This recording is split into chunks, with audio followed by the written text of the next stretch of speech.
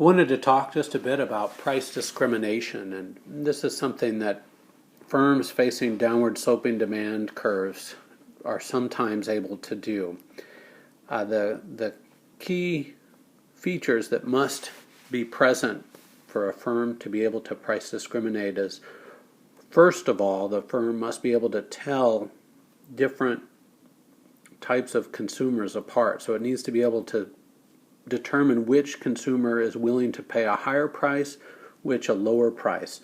The other thing a firm must be able to do is to keep a low price buyer from reselling the product to the high price buyer. So if a seller of reams of paper tried to price discriminate, so you as a student could get a ream for 50 cents and me as a professor has to pay $2, well, there'd be quite a market for you to go in and buy reams of paper for 50 cents and sell them to your professors at $1 or whatever. You have to be able to stop that. Why do firms price discriminate? It's not illegal. It's not like racial discrimination or gender discrimination or discrimination by sexual preference. These are terrible social problems that are justifiably illegal. But price discrimination, charging different prices to different types of customers, is perfectly legal. Why do firms do it? Well, ideally, firms are able to get people willing to pay a high price, and they can get more customers by selling at a lower price to people willing to buy at the lower price. If you can do this, you can make more money. You can increase sales without incurring that discount effect that we talked about when we talked about single price monopoly.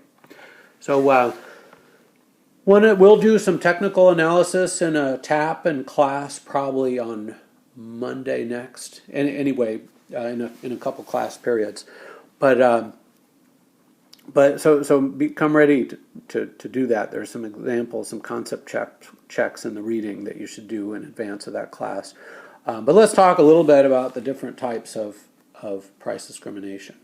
The first one we'll talk about is what we call perfect price discrimination. And I've got a picture. Perfect price discrimination. I'm just going to let perfect P.D. This is a somewhat imaginary case, but we see something close to it in various markets. And this is where the seller faces the entire demand curve and can determine fairly precisely every buyer's willingness to pay, every buyer's reservation price. So Bill Gates walks in, everybody pegs him. Actually, Bill Gates didn't get to be rich by throwing his money away. He's probably pretty price sensitive. I just would guess that. But anyway, let's say some big old rich person that doesn't care much about money walks into an art gallery, is actually one of the businesses that does this. So when you go into an art gallery, people that don't have much money, like me, don't usually know this. I found this out by accident. Well, I had a friend that's an artist, and they explained this to me. But anyway, the price you see at an art gallery is just a starting point. Nobody really expects to get that price. So when you see an oil painting that's $7,000, we'll realize that's just some imaginary price. Sort of like the sticker price on a Pacific tuition is like $40,000 or whatever. But really nobody pays that. It's after financial aid. Pacific and other universities are very good price discriminators. But that sticker price is generally a starting point for the conversation, and art gallery owners are really good at determining who needs a low price to get them to buy the painting, who is willing to pay a high price, and it's a game. The minute you step onto a car lot, you're engaged in a game. Everything you say and do will be used to judge your willingness to pay, and if you buy a car through the usual way of going around that dance with the car salesman, well, poor you. It can be sort of fun, but it's a terrible one if you don't know the game. I only buy cars through Costco, and then you go right to the fleet manager, and Costco has used their bargaining power to get you a very good price. I recommend that path. Even though I'm pretty good at squeezing these car dealers, and sometimes it's pretty entertaining to engage that way. But jewelry, watch out for this one. I found this one out the hard way. Jewelers, the price on the diamonds and rubies, etc., that a jeweler has listed, that's just a starting point for a conversation, and there's quite a bit of room for discount. And the jewelers are good at, or the people selling jewelry are good at gauging how much they're going to need, what kind of discount they're going to need to float you to get you to buy it. So they're airplanes, they got you. Are you traveling on a Saturday? What airports are you going through? Airlines have quite a structure there to try to get the most that their buyers are willing to pay. Actually, a lot of these Travelocity.com and other sites have been criticized as a way for airlines to increase their ability to price discriminate rather than making it more convenient for customers. Amazon does this too. Good news is once you figure out what their algorithms are, you can game them a little bit, and I highly recommend spending the time to do that. Another type of discrimination, I've got another page coming up here.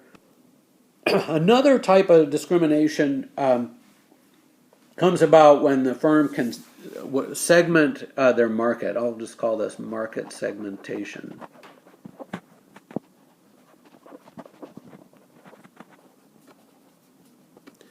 So you see this at movie theaters where students and senior citizens get discounts. You see Japanese camera makers selling the same camera for a lower price in the United States than in Japan, even though it might have been made in Japan. When you can, and in Japan they have very strict rules against the re-importation of such devices. When you can, by a senior citizen buying an experience good or home repair or whatever, there's no way they're going to sell that to anybody else. It's specific to them. Students, same thing, they get a discount. When producers don't really care about senior citizens or discounts, they just know that those groups of people tend to be fairly price sensitive, and in the case of students, have a lot of entertainment options, so you need to draw them with a lower price to get them to come to the movies. So if you can organize your market so that you can charge a different price to different types of consumers, well, then you can price discriminate. And then lastly, there's another type of price discrimination that's even more ingenious, and this is called the hurdle. I should increase the size of that pen. We'll call this the hurdle. In the book, they just call it the hurdle method, but in the literature, it's called the hurdle block method of price discrimination.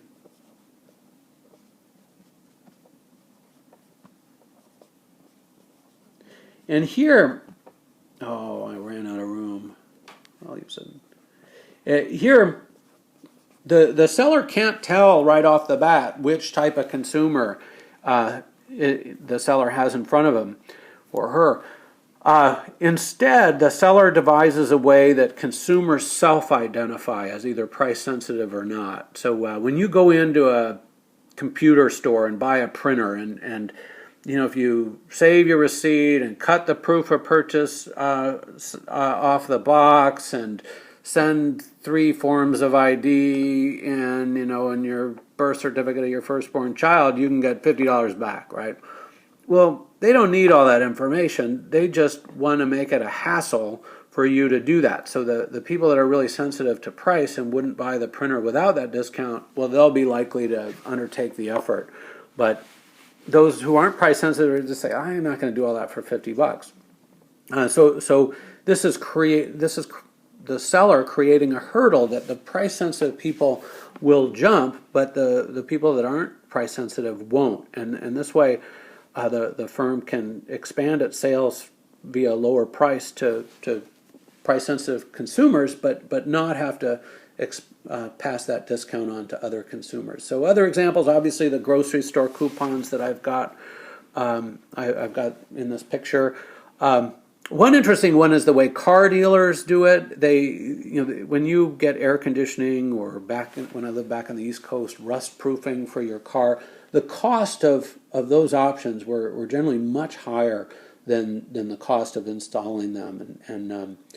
It turns out that if you buy a stripped down, dull white colors, cloth seats car, you can actually get a pretty darn low price on a car. My brother-in-law, who runs Martinelli's Apple Juice, buys Ford trucks through fleet sales, and he just buys these really plain Jane F-150s, and the price he pays, it's like under 20,000 per rig, and it's because A, he gets that fleet price, but B, he just doesn't go for any options, air conditioning, even radio, no radio. It's by selling these stripped down versions that people interested in a car of comfort won't even look at, but somebody that's price sensitive might be interested in.